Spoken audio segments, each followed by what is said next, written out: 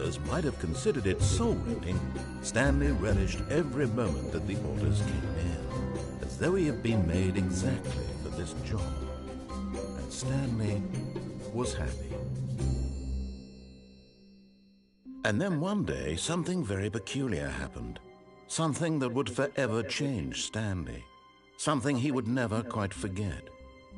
He had been at his desk for nearly an hour when he realized that not one single order had arrived on the monitor for him to follow. No one had showed up to give him instructions, call a meeting, or even say hi. Never in all his years at the company had this happened, this complete isolation. Something was very clearly wrong. Shocked, frozen solid, Stanley found himself unable to move for the longest time.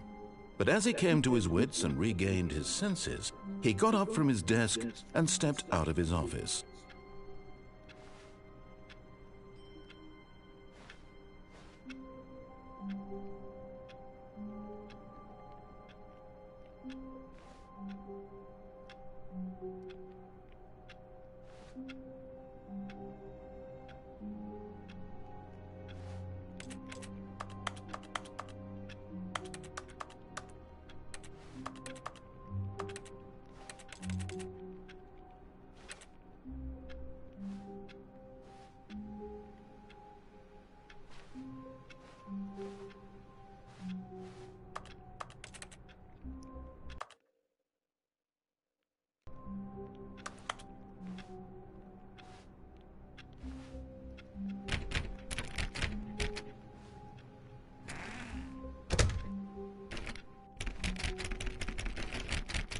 You can't get back in.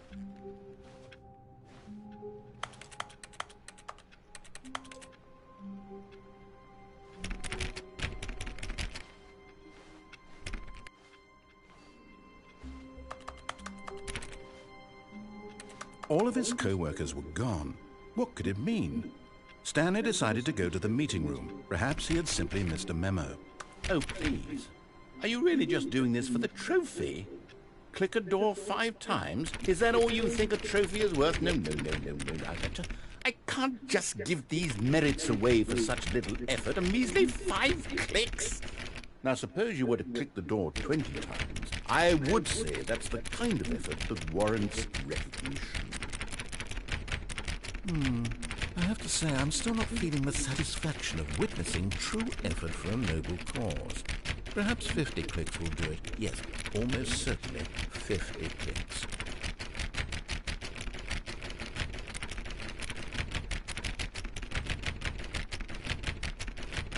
No, I'm still not feeling it. I want this trophy to have meant something. It has to be a true reward for valiant effort. I want to see some hustle, Stanley. I want to see commitment, a willingness to go all the way no matter the cost. Why don't you go put 20 clicks into door number 417?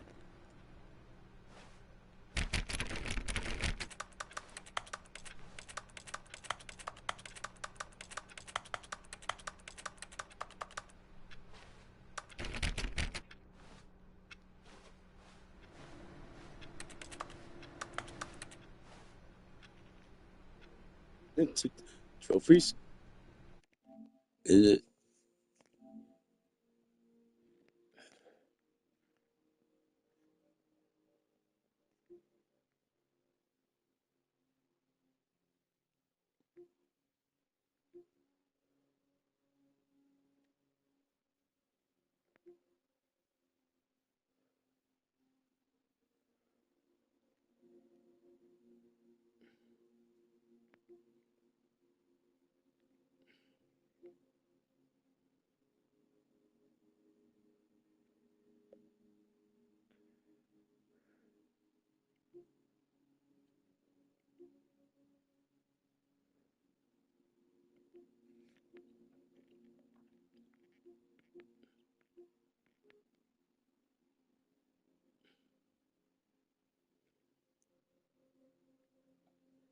Don't play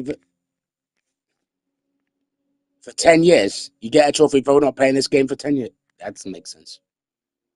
Well, so you have to wait 10 years and then go back on this game and you get a trophy. Or something. There's a trophy to get.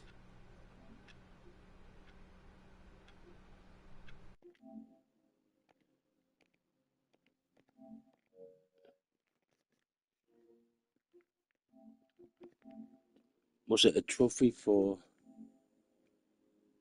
hitting 430 5 times?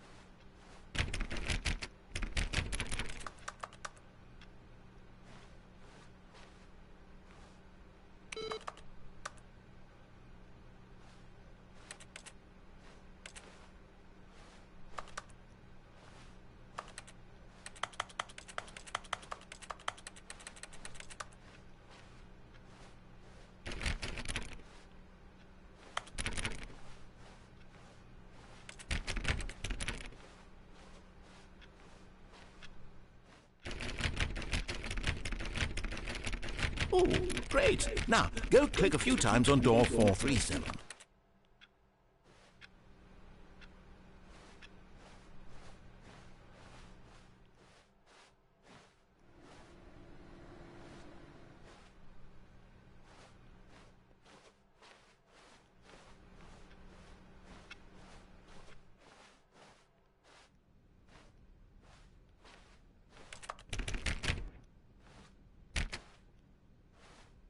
When Stanley came to a set of 2 open doors, he entered the door on his left.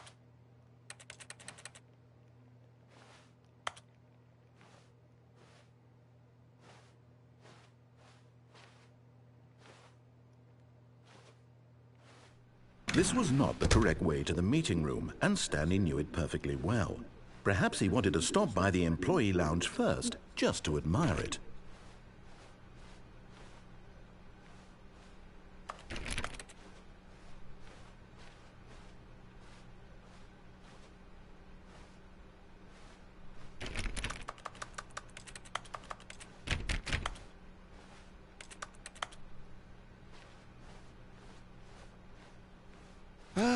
Yes, truly a room worth admiring.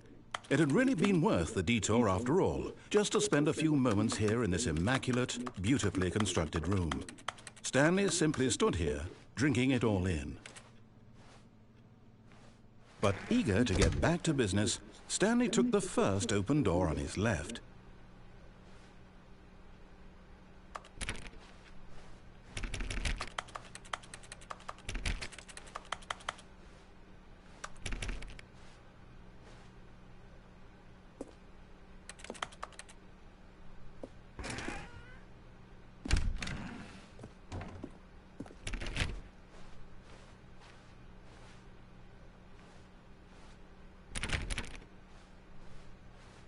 And so he detoured through the maintenance section, walked straight ahead to the opposite door, and got back on track.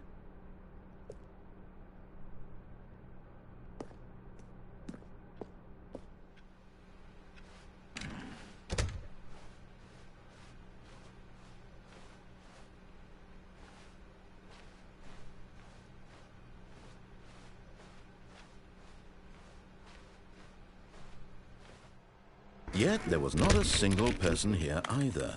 Feeling a wave of disbelief, Stanley decided to go up to his boss's office, hoping he might find an answer there.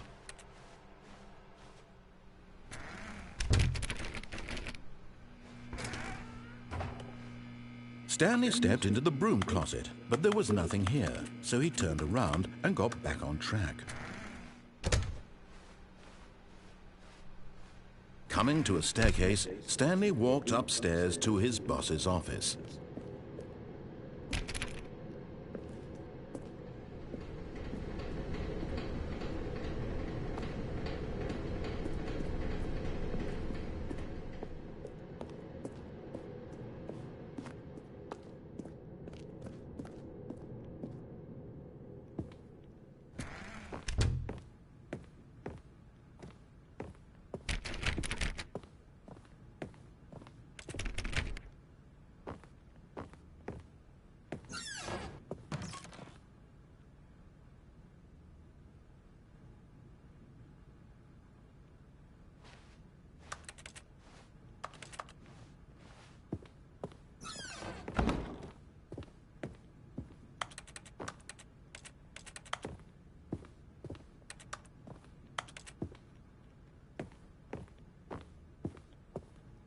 Stepping into his manager's office, Stanley was once again stunned to discover not an indication of any human life.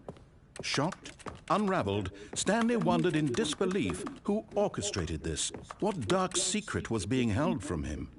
What he could not have known was that the keypad behind the boss's desk guarded the terrible truth that his boss had been keeping from him.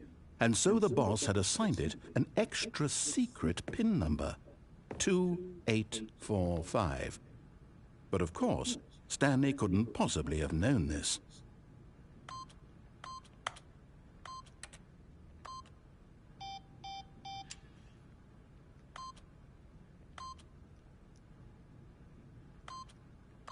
Stanley, yet incredibly, by simply pushing random buttons on the keypad, Stanley happened to input the correct code by sheer luck. Amazing. He stepped into the newly opened passageway.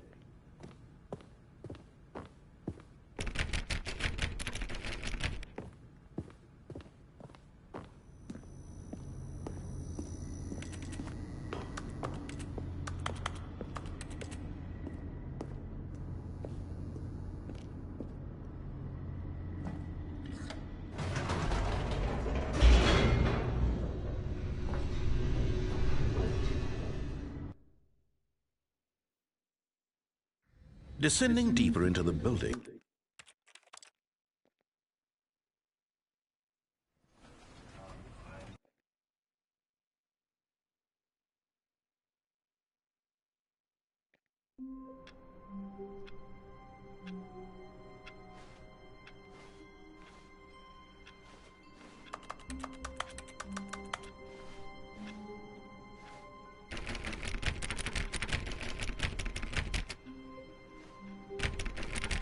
all of his co-workers... Oh, please. Are you really just doing this for the trophy? Click a door 5 times? Is that all you think a trophy is worth? No. I can't just give these merits away for such little effort. A measly 5 clicks. Now, suppose you were to click the door 20 times. I would say that's the kind of effort that warrants recognition. I have to say, I'm still not feeling the satisfaction of witnessing true effort for a noble cause. Perhaps 50 clicks will do it. Yes, almost certainly 50 clicks.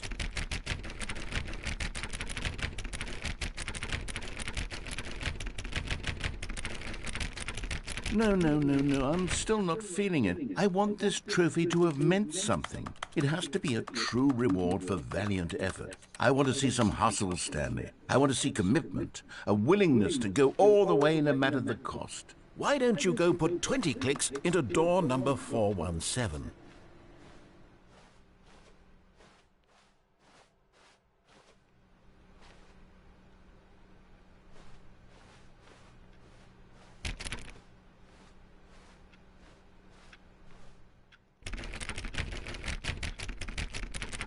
Oh, great. Now, go click a few times on door 437.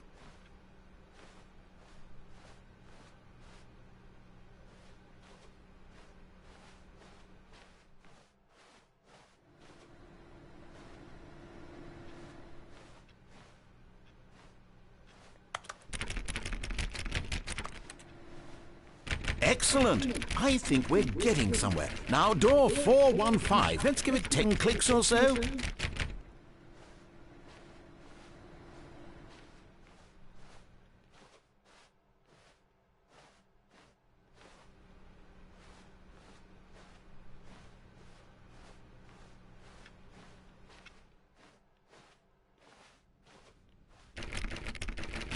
Now, back to door number 437.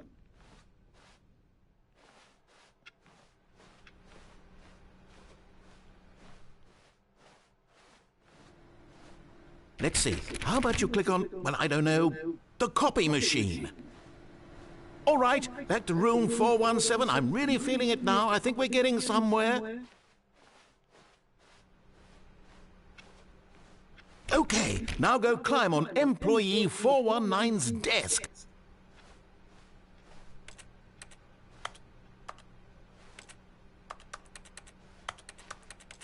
Yes, this is great. You're putting it all on the line, Stanley. I like that. All right, let's keep it up. Go give me a few clicks on door 416. We've almost got it! Now the copy machine, do that one again!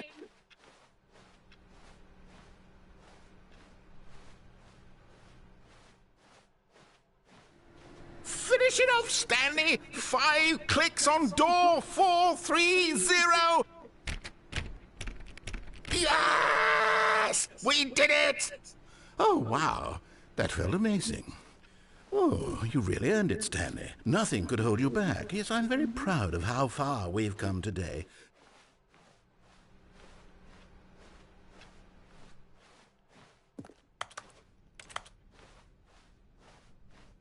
When Stanley came to a set of 2 open doors, he entered the door on his left.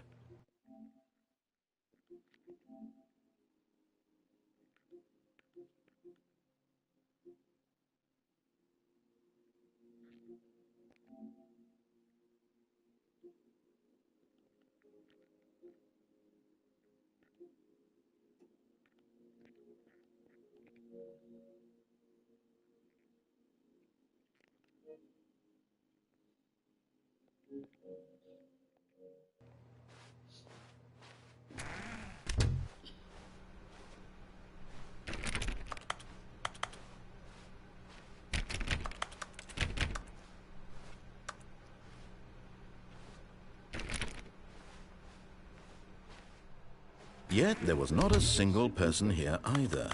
Feeling a wave of disbelief, Stanley decided to go up to his boss's office, hoping he might find an answer there. Coming to a staircase, Stanley walked upstairs to his boss's office.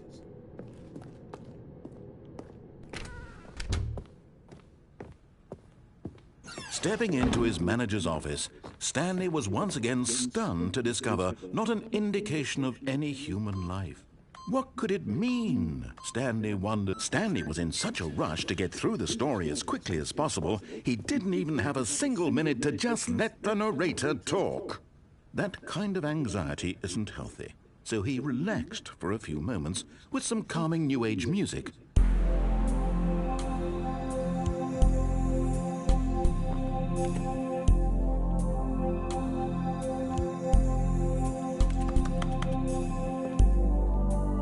Feeling soothed and rejuvenated, Stanley calmly walked forward into the opened passageway.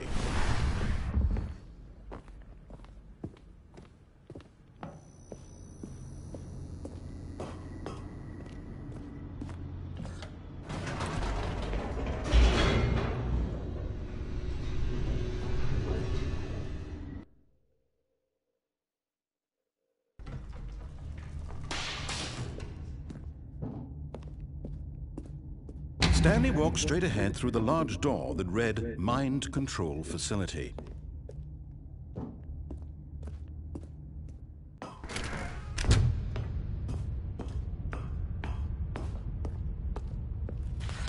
The lights rose on an enormous room packed with television screens. What horrible secret did this place hold? Stanley thought to himself. Did he have the strength to find out?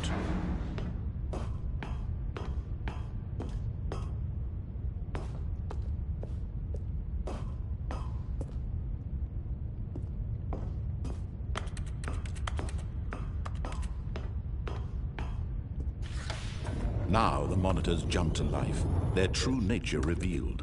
Each bore the number of an employee in the building, Stanley's co-workers. The lives of so many individuals reduced to images on a screen, and Stanley, one of them, eternally monitored in this place where freedom meant nothing.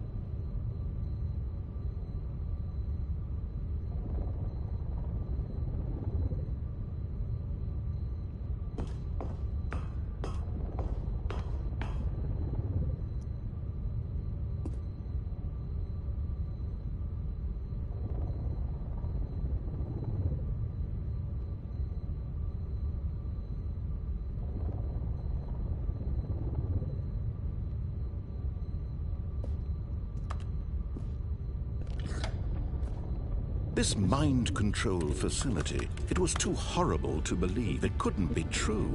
Had Stanley really been under someone's control all this time? Was this the only reason he was happy with his boring job? That his emotions had been manipulated to accept it blindly? No, he refused to believe it. He couldn't accept it. His own life in someone else's control? Never! It was unthinkable. Wasn't it? Was it even possible? Had he truly spent his entire life utterly blind to the world? But here was the proof. The heart of the operation. Controls labeled with emotions. Happy, or sad, or content. Walking, eating, working. All of it monitored and commanded from this very place. And as the cold reality of his past began to sink in, Stanley decided that this machinery would never again exert its terrible power over another human life. For he would dismantle the controls once and for all.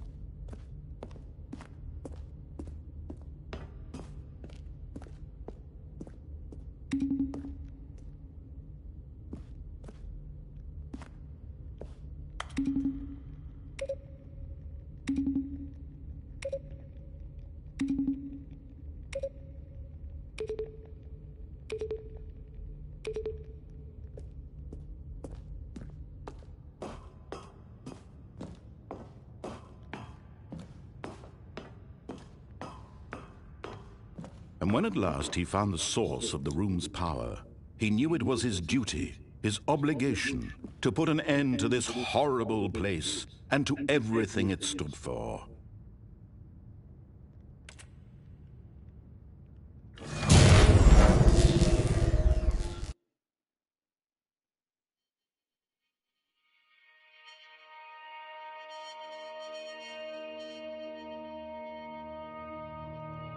Blackness, and a rising chill of uncertainty. Was it over? Yes! He had won! He had defeated the machine, unshackled himself from someone else's command. Freedom was mere moments away. And yet, even as the immense door slowly opened, Stanley reflected on how many puzzles still lay unsolved. Where had his co-workers gone? How had he been freed from the machine's grasp? What other mysteries did this strange building hold?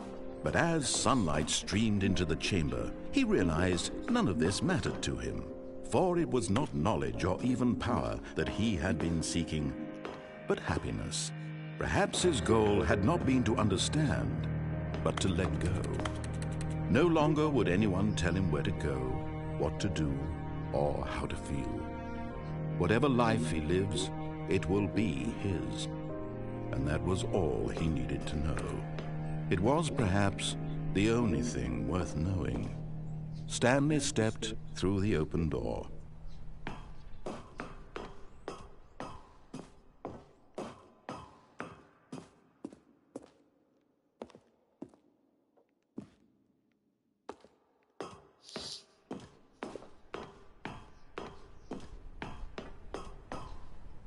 Stanley felt the cool breeze upon his skin, the feeling of liberation, the immense possibility of the new path before him. This was exactly the way, right now, that things were meant to happen. And Stanley was happy.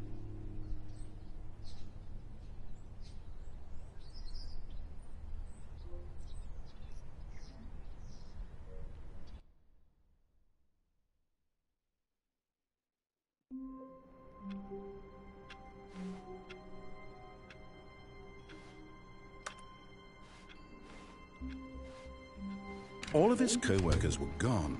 What could it mean? Stanley decided to go to the meeting room. Perhaps he had simply missed a memo.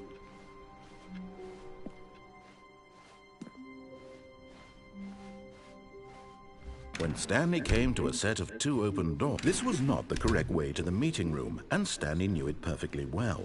Perhaps he wanted to stop by the employee lounge first, just to admire it. Wow, yes, this room. But eager to get back to business, Stanley took the first open door on his left.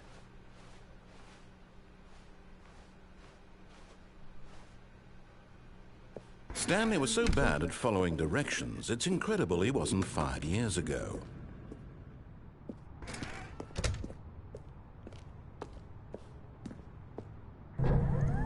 Look, Stanley, I think perhaps we've gotten off on the wrong foot here. I'm not your enemy, really, I'm not. I realize that investing your trust in someone else can be difficult, but the fact is that the story has been about nothing but you all this time. There's someone you've been neglecting, Stanley. Someone you've forgotten about. Please, stop trying to make every decision by yourself. Now, I'm not asking for me. This is it, Stanley. Your chance to redeem yourself. To put your work aside. To let her back into your life. She's been waiting.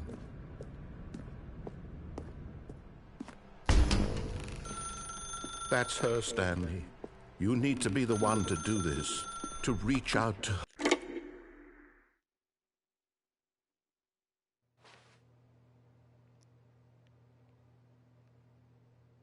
Oh, Stanley, is that you? Hold on, sweetie. Sorry to keep you waiting. I'm just pulling the bread out of the oven. All right. Okay, there we go. All right, now, I want you to come in and tell me all about your damn wall.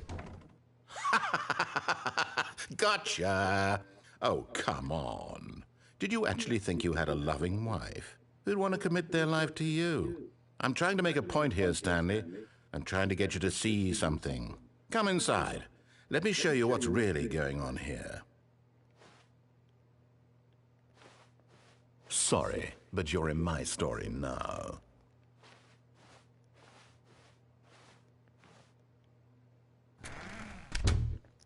This is a very sad story about the death of a man named Stanley.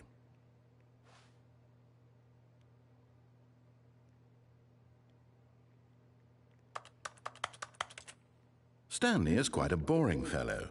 He has a job that demands nothing of him, and every button that he pushes is a reminder of the inconsequential nature of his existence.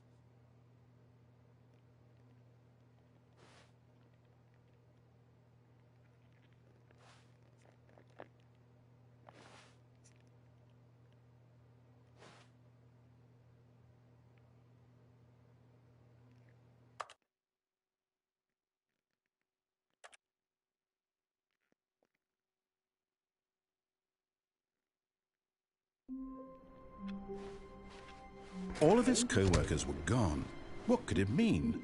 Stanley decided to go to the meeting room. Perhaps he had simply missed a memo.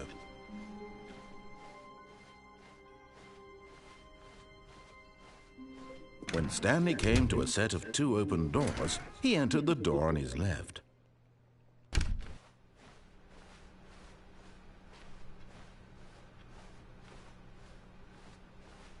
Yet there was not a single person here either. Feeling a wave of disbelief, Stanley decided to go up to his... Coming to a staircase, Stanley walked upstairs to his boss's office. But Stanley just couldn't do it. He considered the possibility of facing his boss. Admitting he had left his post during work hours, he might be fired for that. And in such a competitive economy, why had he taken that risk? All because he believed everyone had vanished? His boss would think he was crazy. And then something occurred to Stanley. Maybe, he thought to himself, maybe I am crazy. All of my co-workers blinking mysteriously out of existence in a single moment for no reason at all. None of it made any logical sense. And as Stanley pondered this, he began to make other strange observations. For example, why couldn't he see his feet when he looked down? Why did doors close automatically behind him wherever he went? And for that matter, these rooms were starting to look pretty familiar. Were they simply repeating? No, Stanley said to himself, this is all too strange. This can't be real. And at last, he came to the conclusion that had been on the tip of his tongue. He just hadn't found the words for it. "I'm dreaming!" he yelled. "This is all a dream." Oh, what a relief Stanley felt to have finally found an answer, an explanation. His co-workers weren't actually gone. He wasn't going to lose his job. He wasn't crazy after all. And he thought to himself, I suppose I'll wake up soon. I'll have to go back to my boring real-life job pushing buttons. I may as well enjoy this while I'm still lucid. So he imagined himself flying and began to gently float above the ground. Then he imagined himself soaring through space on a magical starfield, and it too appeared. It was so much fun, and Stanley marveled that he had still not woken up. How was he remaining so lucid? And then perhaps the strangest question of them all entered Stanley's head. One he was amazed he hadn't asked himself sooner.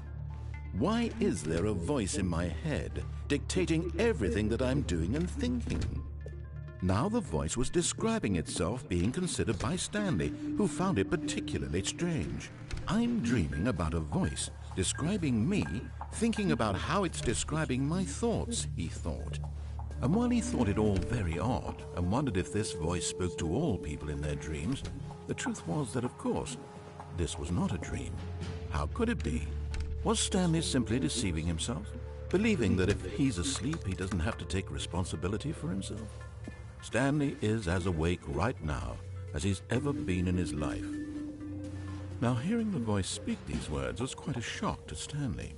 After all, he knew for certain, beyond a doubt, that this was in fact a dream. Did the voice not see him float and make the magical stars just a moment ago? How else would the voice explain all that? This voice was a part of himself too. Surely, if he could just... He would prove it. He would prove that he was in control, that this was a dream. So he closed his eyes gently, and he invited himself to wake up. He felt the cool weight of the blanket on his skin, the press of the mattress on his back, the fresh air of a world outside this one. Let me wake up, he thought to himself. I'm through with this dream. I wish it to be over. Let me go back to my job. Let me continue pushing the buttons. Please, it's all I want. I want my apartment and my wife and my job. All I want is my life exactly the way it's always been. My life is normal. I am normal. Everything will be fine. I am okay.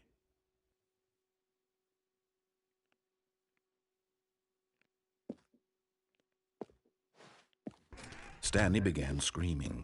Please, someone, wake me up. My name is Stanley. I have a boss. I have an office. I am real. Please, just someone tell me I am real. I must be real. I must be. Can anyone hear my voice? Who am I? Who am I? And everything went black.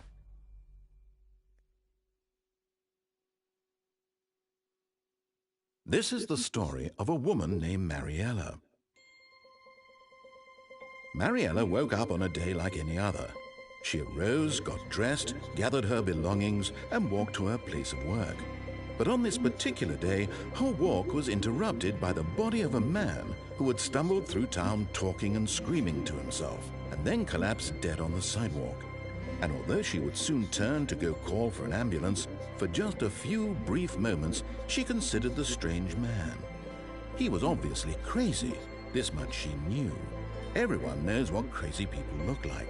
And in that moment, she thought to herself how lucky she was to be normal. I am sane. I am in control of my mind. I know what is real and what isn't.